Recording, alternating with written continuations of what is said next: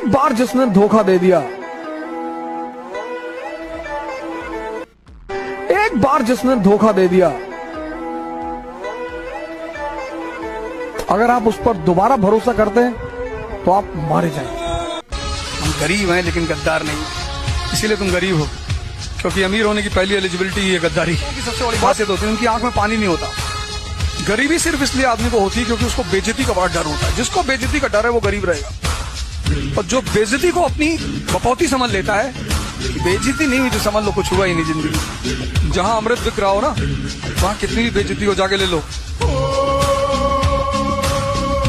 लेकिन हम जैसे लोगों को भाग्य नहीं मानना चाहिए।